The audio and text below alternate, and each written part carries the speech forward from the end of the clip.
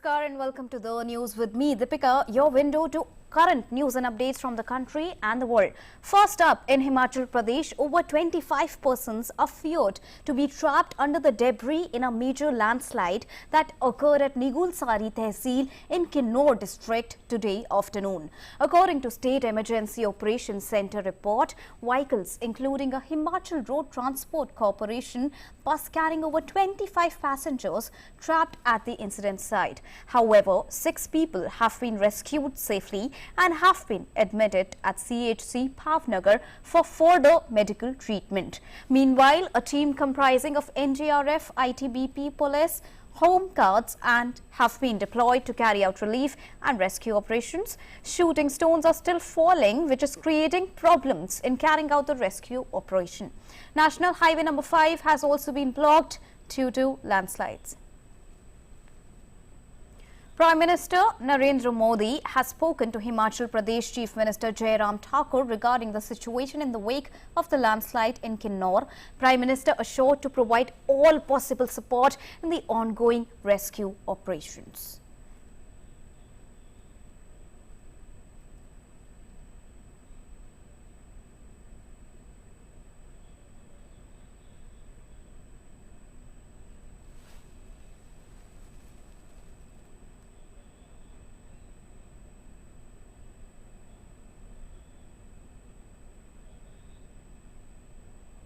Himachal Pradesh government has decided to keep all schools except the residential schools in the state closed from today till the 22nd of this month in view of the increasing number of COVID-19 cases in the past few days. However, teaching and non-teaching staff shall attend the school. According to State Government Disaster Management Cell order, the Education Department has been asked to frame SOPs, which is standard operating procedures for the residential schools for containment of COVID-19. It may be recalled that the state government had earlier allowed all schools, including residential ones, to open from 2nd of this month in view of the declining number of COVID cases. On the other hand, all persons intending to visit the state will have to carry their COVID-19 vaccination certificate with double dose or a negative RT-PCR test report not older than 72 hours or RAT negative report not older than 24 hours from Friday.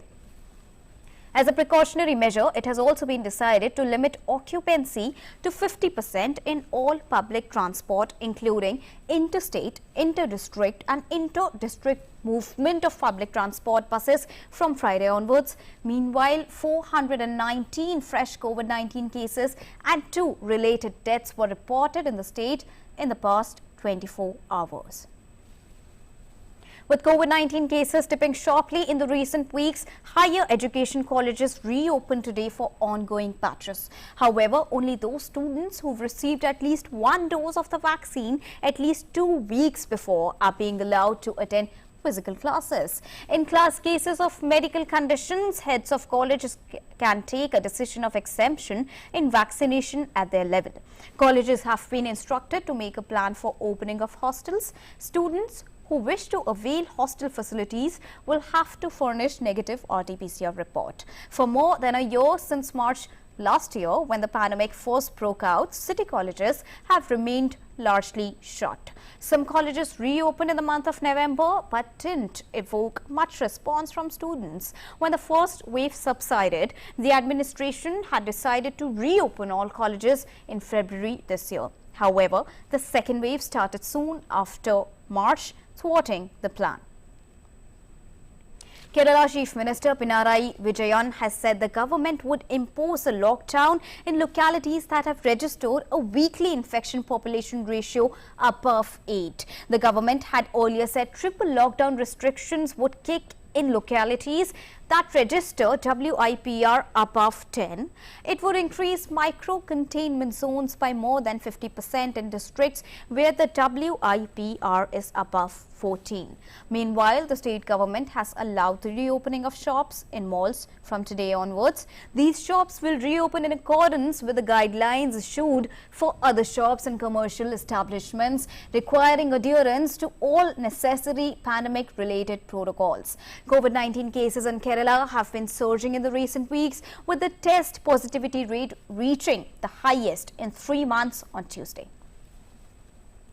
Andhra Pradesh is all set to open schools from 16th of August. The state government has claimed that 95% teachers have been vaccinated and remaining 5% will be vaccinated on war footing. District collectors have been instructed to ensure remaining 5% school teachers also be provided the jabs before 14th of August. Education Department directed schools to function as per normal timings with adherence strictly to COVID-19 guidelines. Private schools had been asked not to conduct online classes.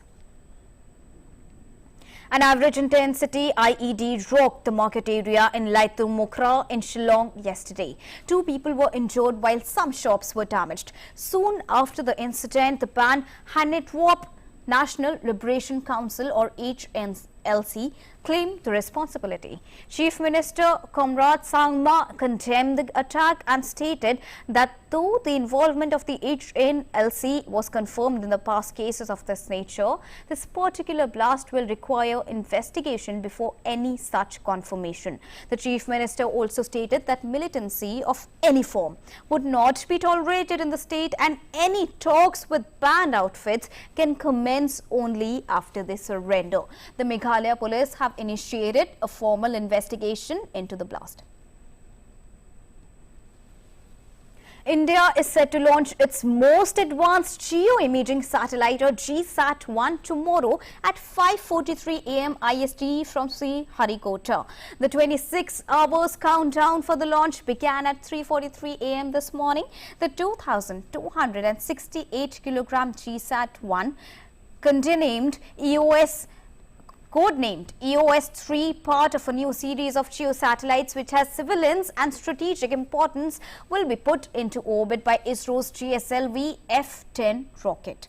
This will be the first launch of a major Indian-built satellite this year, once placed 36,000 kilometers above Earth in the geostationary orbit.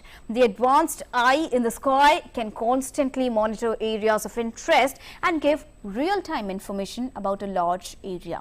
Other remote sensing satellites placed in lower orbits cover a spot only at regular intervals. This will allow better monitoring of the subcontinent, including its borders with Pakistan and China, by imaging the country 4-5 times a day. The satellite, which is capable of near real-time monitoring of natural events like floods and cyclones, will also enable monitoring of water bodies, crops, vegetation and forest cover changes. Dr. Balaji Tambe, an Ayurveda practitioner and proponent of yoga, passed away in Pune on Tuesday following a brief illness. The founder of Atma Santulana Village, a holistic healing center near Lonavala, Tambe had written various books on spirituality, yoga and Ayurveda.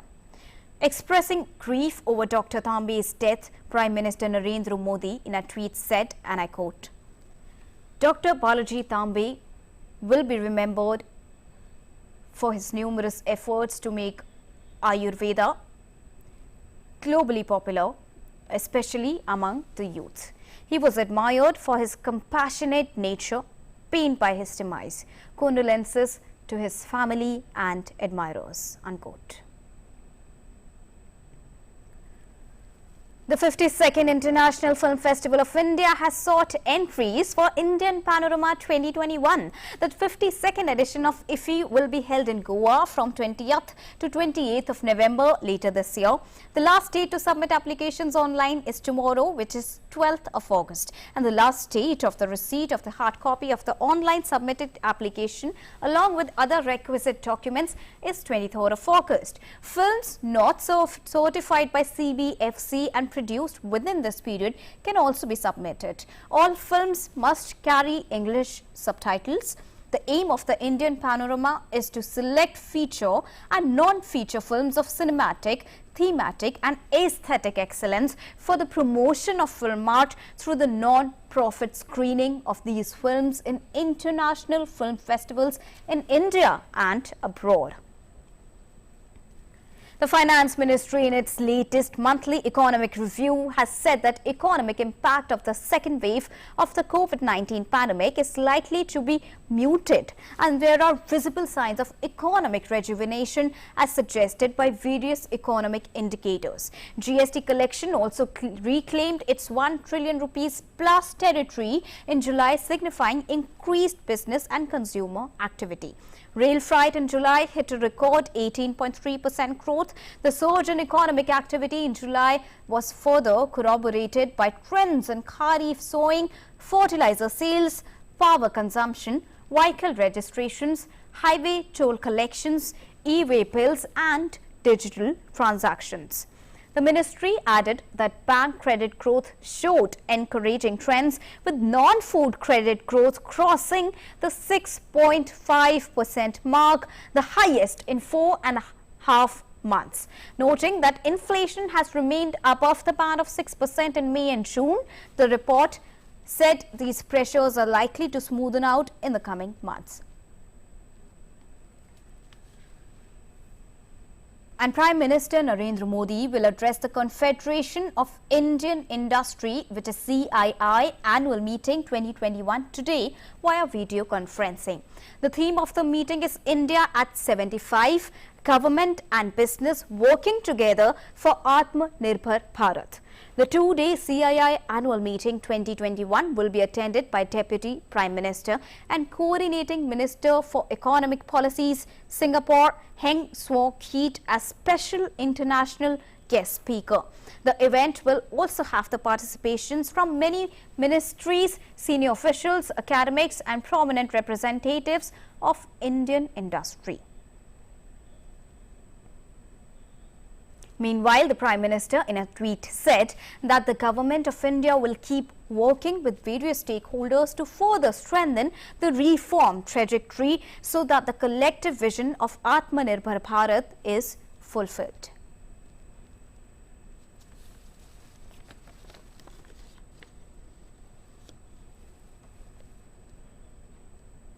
And I'm joined by our correspondent Arun Sharma with more details on CII.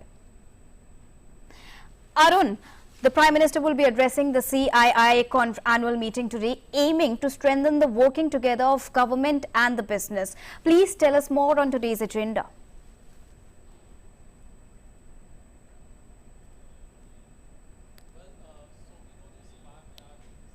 CII's annual event, and the main broad outline of this event is that India at 75. So when India achieves this milestone primarily, of completing these 75 years, the idea is also that how can more investment can be attracted. Now, if we recall that in 2020, Prime Minister Narendra Modi gave a clarion call of Atmanirbhar Bharat.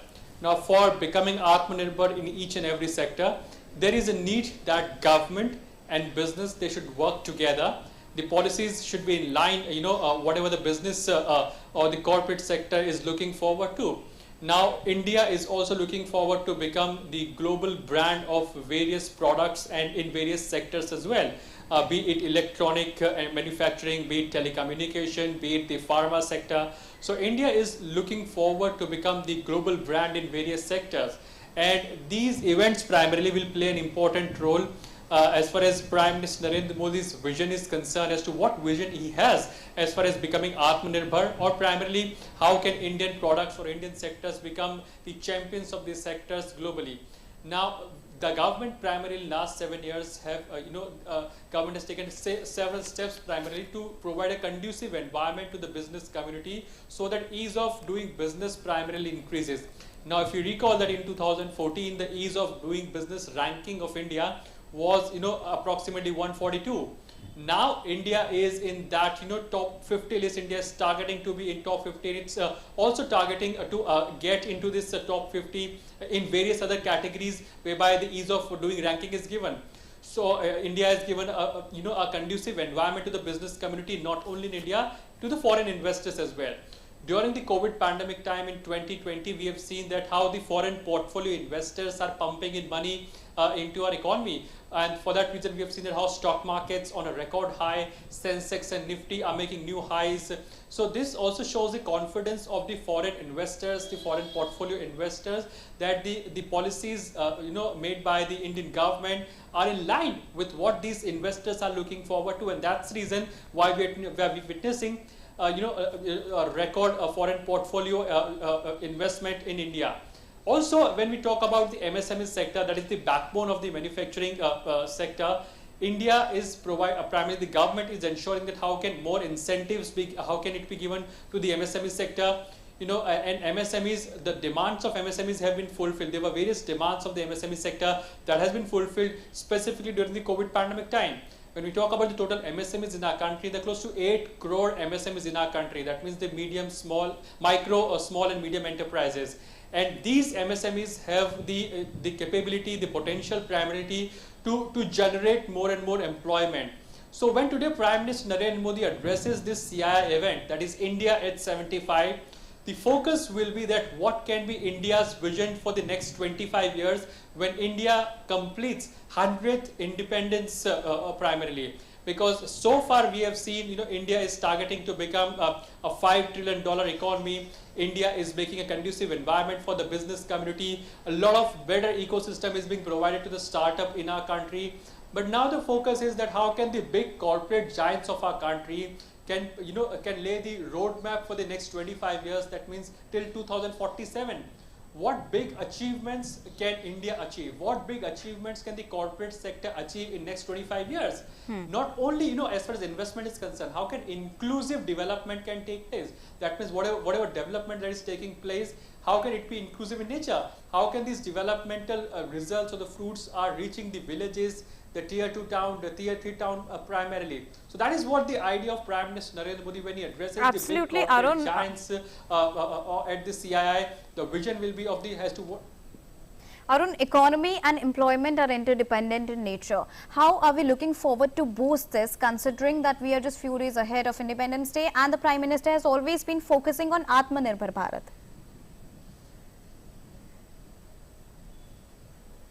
So when we talk about the employment aspect, the government is ensuring that how can a conducive environment can be given to the business or the corporate sector, and how can corporate sector be provided with incentives so that they go on for the capacity building or the capacity expansion. Because until and unless the business community, the corporate sector are expanding, they are doing capacity addition, jobs will not be created. And we have seen that during the COVID pandemic time, under the Atmanirbhar Bharat package also, government has given a massive package that ensures a lot of job creation. Second important aspect, the PLI initiative or the PLI scheme has been expanded to various other sectors. I mean, close to 24 sectors, the PLI incentive scheme has been expanded to almost 24 sectors. This ensures that how the PLI gives incentive to various sectors, be it the telecom sector, be it the pharma sector. So how can incentives be provided to these big corporate players so that on one side if they get incentive, so on the other side they can also create job and they can create ample job opportunities. So on one side India is focusing upon becoming the global brand, the global business hub primarily, which becomes the top or the favorite destination for the investor community. So on the other side the focus is also on inclusive development. How can the corporate players fulfill their social responsibility as well? How can they create more and more jobs going forward? How can their corporate attitude be in line with the environmental commitments of India as well? How can India make zero defect, zero effect product so that we can also become the global players in various other sectors? So now India is looking to become that top destination, because today the investment is limited globally. If in case investment is diverted to any other country or any country specifically, that country needs to provide an economic infrastructure to the investors. So now, as of now, India is providing that economic infrastructure, massive human resource, skilled manpower. That is what India is offering as of now to the foreign investors or the investor community. And when Prime Minister Narendra Modi addresses from this CII platform, the message will be loud and clear. It is going to be very much loud and clear that India is all set and the red carpet will be given to the foreign investor. Now in 2020, we have seen that how Prime Minister Narendra Modi, has addressed various national and international business events as well. And in all those events, we have seen that how Prime Minister Narendra Modi has focused on the fact that India is an attractive destination from investment purposes. Even last year in 2020, when Prime Minister Narendra Modi for the first time, addressed the international business events, at that point in time, we have seen that the stock market is continuously, on a surge from that point of time. So this also sends a message that how confident the investor community feels when they're investing in India, because a lot of initiatives have been taken by the government that protects the investors, that protects the investors' right, that protects the investor or the minority stakeholders as well. So India is making a conducive environment as far as ease of doing business is concerned. Today, doing business in India is becoming absolutely easy. There was a time when an investor had to go from one ministry to another ministry, one department to another department. It used to take a lot of months, even 6 to 7 months for registration of his or her business. But now, the registration of business, the government is focusing upon the single window clearance, and if in case registration of the business is concerned, this can be done within less than 15 days of time. So the duration that used to take place earlier, that means 6 to 7 months earlier, that has come down to only 15 to 20 days. So this shows that how government is fast-tracking process. The government is making various clusters in various sectors so that a better conducive environment can be given to the investors in various sectors. And Arun, if you look at the past, also when we talk about the national corporate players. If you look at the past, there have been many IPs which have been coming and helping the economy.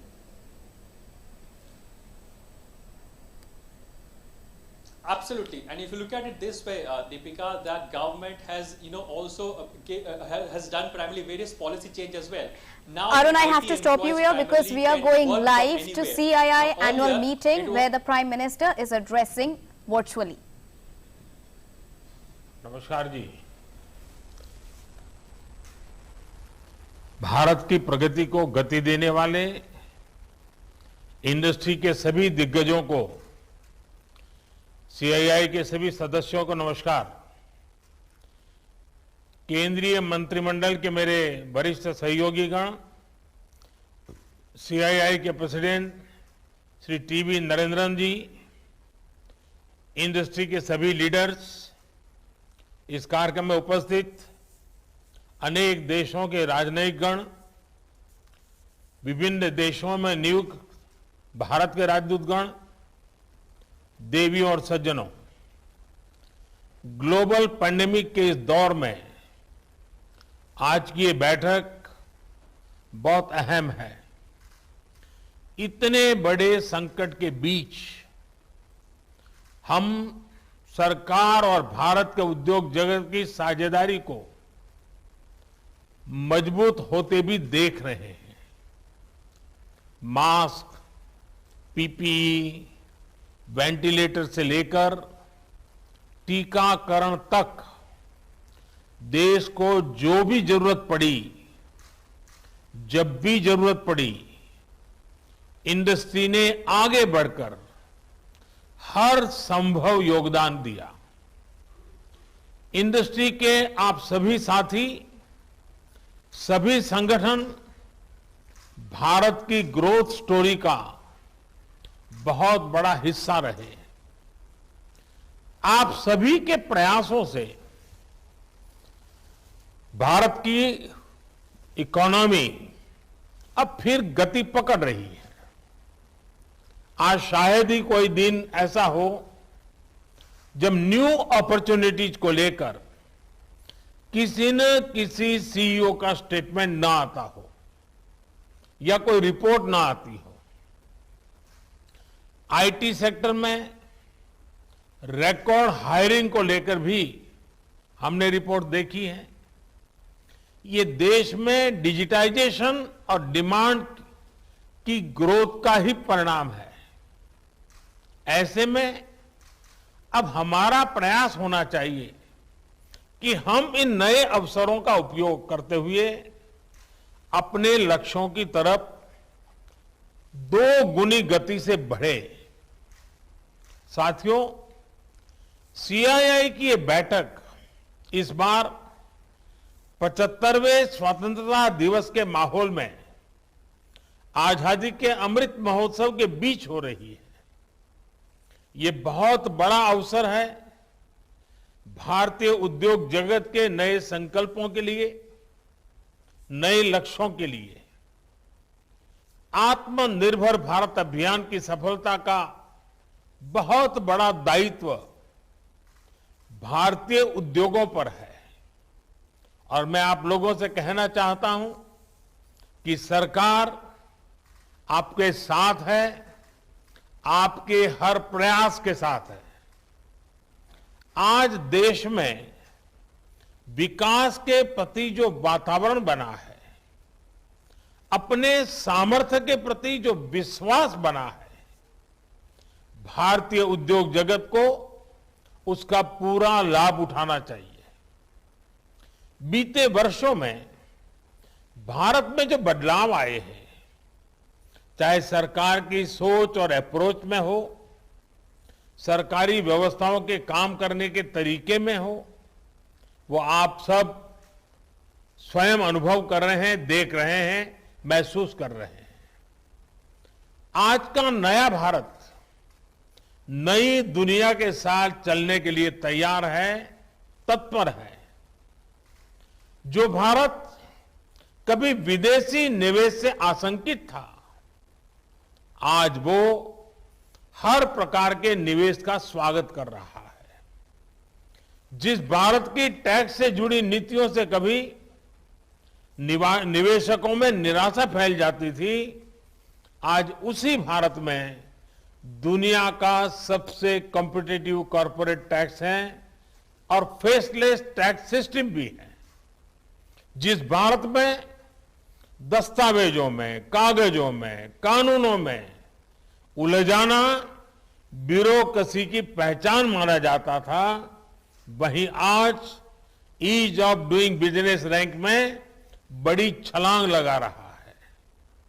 जहां सालों तक श्रमिकों को, उद्योगों को सैकड़ों कानूनों के जाल में उलझाए रखा गया, वहीं आज दर्जनों श्रम कानून 4 लेबर कोड्स में समा चुके हैं।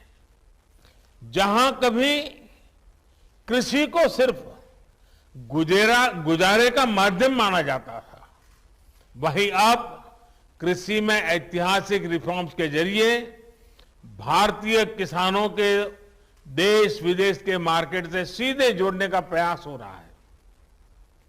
इन्हीं सब प्रयासों का नतीजा है कि आज भारत में रिकॉर्ड एफडीआई भी आ रहा है और एफपीआई में भी नए रिकॉर्ड बन रहे हैं। आज देश का फॉरेक्स रिजर्व यह भी ऑल टाइम हाई लेवल पर पहुंचा हुआ है। साथियों, नए भारत का थॉट प्रोसेस क्या है, उसका एक उदाहरण मैं आपको देना चाहता हूं। एक समय था जब हमें लगता था कि जो कुछ भी विदेशी है वही बेहतर है। इस साइकोलॉजी का परिणाम क्या हुआ, ये आप जैसे इंडस्ट्री के दिग्गज भली भांति समझते हैं। हमारे अपने ब्रांड भी जो हमने सालों की मेहनत के बाद खड़े किए थे, उनको विदेशी नामों से ही प्रचारित किया जाता था। आज स्थिति तेजी से बदल रही है। आज देशवासियों की भावना भारत में बने प्रोडक्ट्स के साथ है। कंपनी भारतीय हो ये जरूरी नहीं, लेकिन आज हर भारतीय भारत में बने प्रोडक्ट्स को अपनाना चाहता है। यानी देश मन बना चुका है। अब उद्योग जगत को इस मन के मुताबिक अपनी नीति बनानी है, रणनीति बनानी है। आत्मनिर्भर भारत अभियान में आगे बढ़ते हुए ये आपको बहुत मदद करेगा। दूसरा एक फैक्टर है जिस पर भी आपको ध्यान देना चाहिए, ये है भारतवासियों का बढ़ता हुआ आत्मविश्वास, इस आत्मविश्वास को हम हर सेक्टर में देख रहे हैं। अभी हाल ही आपने ओलंपिक्स के मैदान में इसे अनुभव किया है। आज भारत के युवा जब मैदान में उतरते हैं तो उनमें मन में वो हिचक नहीं होती, वो मेहनत करना चाहते हैं, वो रिस्क लेना चाहते हैं, वे नतीजे लाना चाहते हैं। Yes, we belong to this place, ये भाव आज हम अपने युवाओं में देख रहे हैं। इसी प्रकार का आत्मविश्वास आज भारत के स्टार्टअप्स में है। आज यूनिकॉर्न्स नए भारत की पहचान भी बन रहे हैं। 7-8 साल पहले भारत में 3-4 यूनिकॉर्न्स रहे होंगे। आज भारत में करीब करीब 60 यूनिकॉर्न्स हैं। इनमें से 21 यूनिकॉर्न्स तो बीते कुछ महीनों में ही बने हैं। और ये बात आपने भी नोट की होगी कि यूनिकॉर्न्स अलग अलग सेक्टर में आ रहे हैं। हेल्थ टेक, सोशल कॉमर्स में यूनिकॉर्न्स का बनना ये संकेत दे रहा है कि भारत में हर स्तर पर कितना बदलाव हो रहा है। बिजनेस में रिस्क लेने की प्रवृत्ति, अपने सामर्थ्य पर भरोसा करने की प्रवृत्ति लगातार बढ़ रही है। इतनी बड़ी महामारी में भी हमारे स्टार्टअप्स के एम्बिशंस बुलंदियों पर है। इन्वेस्टर की ओर से भी इंडियन स्टार्टअप्स के लिए रिकॉर्ड रिस्पांस देखने को मिला है। स्टार्टअप्स की रिकॉर्ड लिस्टिंग भारतीय कंपनियां और भारतीय मार्केट के लिए एक नए युग की शुरुआत है। ये इस बात का भी एक और सबूत है कि भारत के पास ग्रोथ के असाधारण अवसर उपलब्ध है, ट्रिमेंडस स्कोप उपलब्ध है। साथियों, टेक्नोलॉजी को लेकर आज देश में जो उत्साह है वो सरकार को तेजी से रिफॉर्म्स के लिए प्रेरित करता रहा है। जो रिफॉर्म्स हमने किए हैं वो कोई आसान फैसले नहीं थे, कोई साधारण बदलाव नहीं थे। इन सारे रिफॉर्म्स की मांग दशकों से की जा रही थी।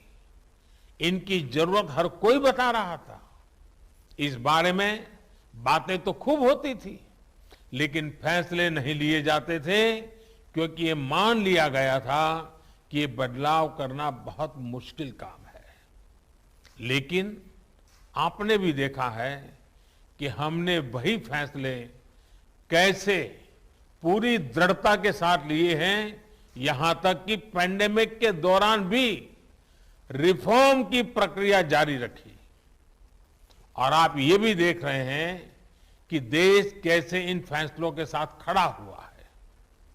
जैसे कॉमर्शियल कोल माइनिंग की शुरुआत की गई है, प्राइवेट सेक्टर पार्टिसिपेशन को खुलकर बढ़ावा दिया जा रहा है, डिफेंस सेक्टर में बड़े बड़े रिफॉर्म्स की शुरुआत की गई है, स्पेस और एटॉमिक सेक्टर जैसे एरियाज को प्राइवेट सेक्टर के लिए खोला गया है।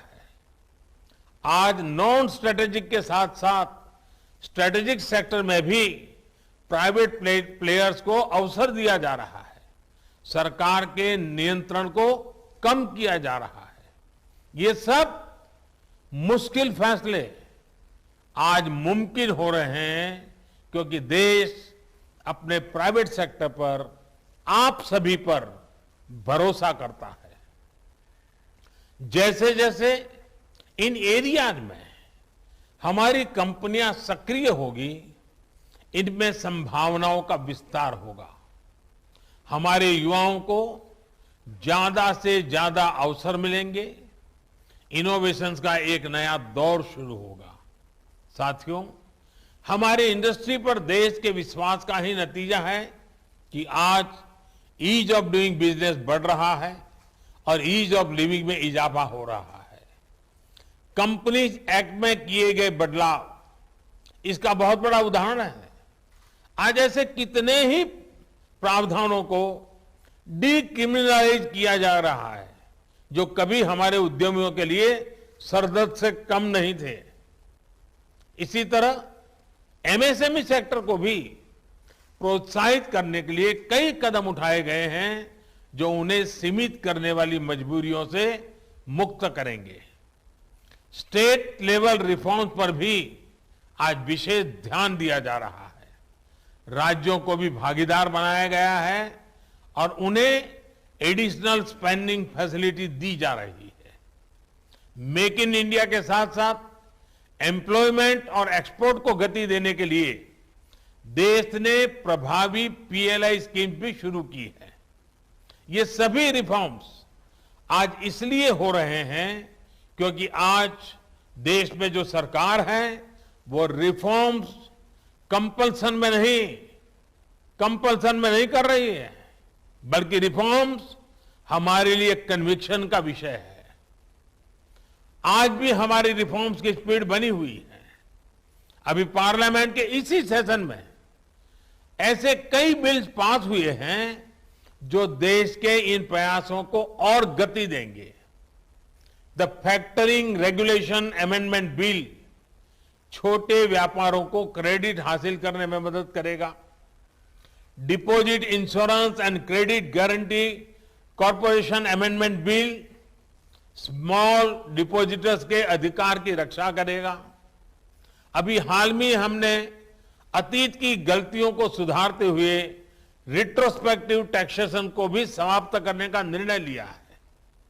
इस फैसले की इंडस्ट्री में जिस तरह से सराहना हो रही है, मुझे विश्वास है इससे इंडस्ट्री और गवर्नमेंट के बीच विश्वास और मजबूत होगा।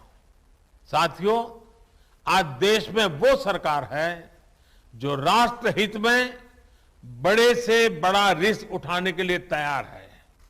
आपको याद होगा जीएसटी तो इतने सालों तक अटका ही इसलिए क्योंकि जो पहले सरकार में वो पॉलिटिकल रिस्क लेने की हिम्मत नहीं जुटा पाए। हमने ना सिर्फ जीएसटी लागू किया बल्कि आज हम रिकॉर्ड जीएसटी कलेक्शन होते देख रहे हैं। ऐसे कितने ही उदाहरण मैं आपको गिना सकता हूं, बता सकता हूं। आज आपके सामने एक सरकार है जो हर बंदिश को दूर कर रही है, हर बाउंड्री को पुश कर रही है। आज एक सरकार है जो आपसे पूछ रही है कि भारतीय उद्योग जगत की ताकत बढ़ाने के लिए बताइए अब और क्या करना है। साथियों, हमारे पूर्वज कह गए हैं नैकम चक्रम परिभ्रमति, यानी सिर्फ एक पहिए से गाड़ी नहीं चल सकती, सारे पहिए ठीक से चलने चाहिए। इसलिए इंडस्ट्री को भी रिस्क लेने की अपनी नेचुरल टेंडेंसी को थोड़ा सा और बढ़ाना होगा। आत्मनिर्भर भारत के संकल्प की सिद्धि के लिए नए और मुश्किल रास्तों को चुनाव भी हमें करना ही होगा। इन्वेस्टमेंट और रोजगार की गति को बढ़ाने के लिए इंडस्ट्री से भी देश की बहुत उम्मीदें हैं। पब्लिक सेक्टर के फुटप्रिंट्स को रेशनलाइज और मिनिमाइज करने के लिए भी नई पीएससी पॉलिसी के जरिए निर्णायक फैसले लिए जा रहे हैं। इसमें इंडस्ट्री की तरफ से भी ज्यादा से ज्यादा उत्साह और ऊर्जा दिखनी चाहिए। नेशनल एजुकेशन पॉलिसी के माध्यम से एक बहुत बड़ा कदम देश ने उठाया है। इसमें स्कूल स्किल से लेकर रिसर्च तक का एक नया इकोसिस्टम तैयार करने का भरपूर रोडमैप है। इसमें भी इंडस्ट्री की एक सक्रिय भूमिका बहुत जरूरी है। विशेष रूप से रिसर्च एंड डेवलपमेंट पर इन्वेस्टमेंट को लेकर हमें बहुत गंभीरता से काम करना है। आत्मनिर्भर भारत के लिए R&D पर हमारा इन्वेस्टमेंट हमें कई गुना बढ़ाना होगा और ये सिर्फ सरकारी प्रयासों से ही संभव नहीं है। इसमें इंडस्ट्री की बहुत बड़ी भागीदारी की जरूरत है। हमारा लक्ष्य ब्रांड इंडिया को मजबूत करने का है। हमारा लक्ष्य देश को समृद्धि और सम्मान देने का है। इस लक्ष्य की प्राप्ति के लिए हमें अपनी पार्टनरशिप को मजबूत करना है। मैं आपकी हर समस्या के समाधान के लिए, आपके हर सुझाव के लिए हर वक्त उपलब्ध रहा हूं और आगे भी रहूंगा। मैं फिर एक बार इस आजादी के अमृत महोत्सव के कार्यकाल में आपको भी अनेक अमृत संकल्प करने के लिए प्रेरित करें और आप सब संकल्प के साथ, नई ऊर्जा के साथ आगे आए। आप सभी को बहुत बहुत शुभकामनाएं। धन्यवाद। And those were the opening remarks of Prime Minister Narendra Modi speaking at the CII Annual Session 2021 with an aim to strengthen the working together of government and business and boosting the collective vision of Atmanirbhar Bharat. The meeting will take place over a span of 2 days, which is August 11th, Wednesday, and August 12th, Thursday. The theme for the upcoming for the CII ongoing annual meeting is India at 75, Government and Business Working Together for Atmanirbhar Bharat, and the conference is set up a few days before the 75th Independence Day, which is scheduled to be celebrated on the 15th of August.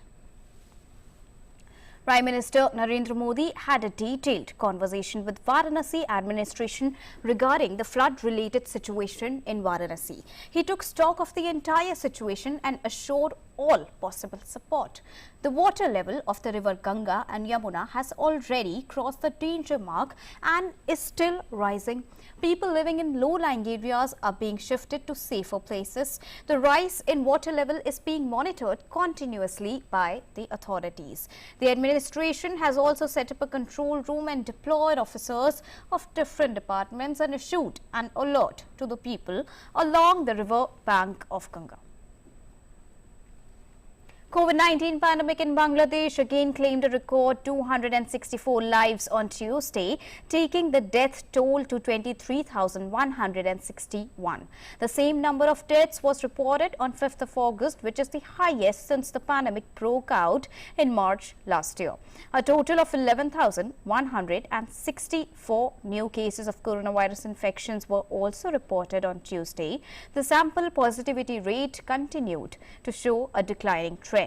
The positivity rate on Tuesday stood at 23.54%, and meanwhile, the mass vaccination drive for COVID-19 is continuing across Bangladesh, with over 19 million shots already being administered till Monday. The High Commission of India in Bangladesh will today resume visa operations from today as the lockdown restrictions in the country are relaxed. The applicants don't need to take any appointment or permission to apply for a visa at Indian visa application centers. The High Commission said that all applications except for tourist visas are being accepted. The visa operations in Bangladesh have remained suspended since 1st of July. In view of the COVID-19 lockdown announced by the government of Bangladesh. However, applications for emergency travels were being considered even during the period when normal visa application process was suspended. Australia's second biggest city, Melbourne, will stay locked down for a second week after reporting 20 new COVID-19 cases today. Melbourne struggles to stamp out infections caused by the highly infectious Delta variant of the pandemic. Victoria State Premier confirmed strict stay-at-home orders will remain in place until at least 19th of August after authorities were unable to trace how several of the 20 people confirmed as new cases on Wednesday contracted COVID-19. Sydney lockdown, which has grown to include several areas north of the city, will also be expanded to include Boobo. Sydney is scheduled to remain in lockdown until the end of August. Most expect the restrictions to be extended despite a recent surge in people seeking vaccinations. American migrants who were hoping to have a better life in the US were deported to Mexico after most of them tested positive for COVID-19. Families with children from Guatemala, Honduras and El Salvador crossed the Laredo-Stanton border bridge between Ciudad Juarez and El Paso, Texas. They headed for migrant shelters in Mexico in limbo and uncertain of their future. According to US authorities, 260 migrants were deported on Monday this week. In Guinea, health authorities are monitoring 155 people who may have been in contact with a confirmed case of Marburg virus disease. The World Health Organization on Tuesday said Marburg virus disease is a highly infectious hemorrhagic fever and is similar to Ebola. The Marburg case was confirmed in Guakadi in southern Guinea. The region was the origin of the 2014 and 16 West Africa Ebola outbreak, and this year it saw a brief resurgence of Ebola. The WHO country head in Guinea said Marburg had been circulating in animals, particularly in bats, in southern Guinea and neighboring Sierra Leone and Liberia. Marburg and Ebola are closely related, and transmission between humans is usually through contact with blood or other bodily fluids. Marburg fatality rate in past outbreaks have varied from 24% to 88% of those infected. Have been traced, and 155 people are under observation for 3 weeks to make sure that they did not come into contact with the virus. There is no vaccine or a drug specifically directed to the virus. So it is only supportive care that is available now. So certainly the capacity for case management, secure case management, and also research in the pipeline of drugs and vaccines coming will be interesting to follow up in this case. Designed with the help of a group of Indonesian university lecturers to entertain a village, a homemade robot has found a new use during the pandemic, bringing food and hopefully smiles to self-isolating residents who've contracted COVID-19. Assembled from electric household items like pots, pans and an old television monitor, the robot was renamed the Delta robot by the project team after the highly contagious variant of the coronavirus that has ripped through Indonesia. After trundling down the streets to the home of an isolating resident, the robot speaker emits the message, "A delivery is your, get well soon." The village where the robot operates is in Surabaya, which has been swept up by a devastating second wave of COVID-19 infections in the past month. And South Korea has reported more than 2,200 new daily COVID-19 cases, a record since the pandemic began last January. South Korea Health Minister told a COVID-19 response meeting, despite having tough distancing measures in place for over a month, infections have spiked due to the spread of more transmissible Delta variant and a rise in domestic travel over summer. He also noted a rise in so-called silent spreaders within communities such as workplaces, indoor gyms, churches and nursing homes, leading to an increase in infections of unknown origin. Authorities are concerned many people are ignoring social distancing rules. The Korea Disease Control and Prevention Agency reported 2,223 new COVID-19 cases for Tuesday, bringing the country's coronavirus infections to 2,16,206 with 2,135 deaths. And German Chancellor Angela Merkel on Tuesday said Germany needs to speed up vaccination campaign to avoid overwhelming its healthcare system. After talking to leaders of the country's 16 states on containing COVID-19, Merkel said vaccination rate has lost pace substantially. She said from 11th of October, Germany would end subsidies for free coronavirus tests and would require people to be either vaccinated, test negative or have a coronavirus recovery certificate to be able to visit places including restaurants, care homes and fitness centers. Those who are vaccinated no longer have to get a test, and those who are vaccinated surely will be treated differently to those who are not vaccinated should the infection rate rise further. But we cannot allow our health system to be overburdened. We simply can't take responsibility for that. Bavarian Premier Markus Söder said a fourth wave of COVID-19 was coming to Germany this autumn. The fourth wave is creeping up. It's a bit of deceptive calm. A majority of people think that the infection rate is actually quite low, and most people are still on summer holidays. But what is clear is that this fourth wave is coming, and definitely in the autumn. In Bangkok, thousands of Thai anti-government protesters clashed with riot police amid rising anger over the handling of the COVID-19 pandemic by Prime Minister Prayut Chan-o-cha's administration.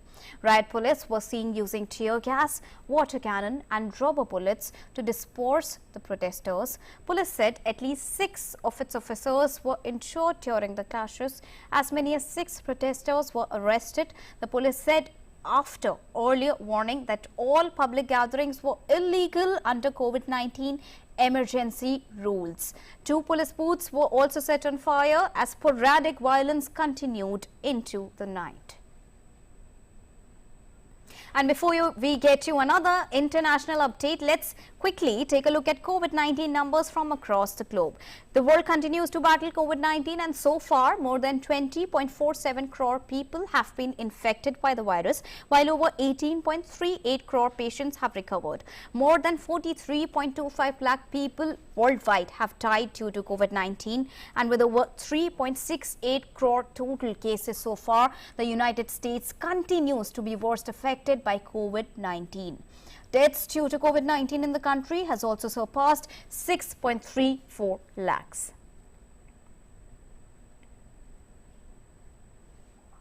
And while fires in several parts of the world is causing massive destruction, in Algeria, forest fires on Tuesday killed as many as 42 people, including 25 soldiers deployed to help put out the blaze. Dozens of separate fires have raged through forest areas across northern Algeria since Monday night.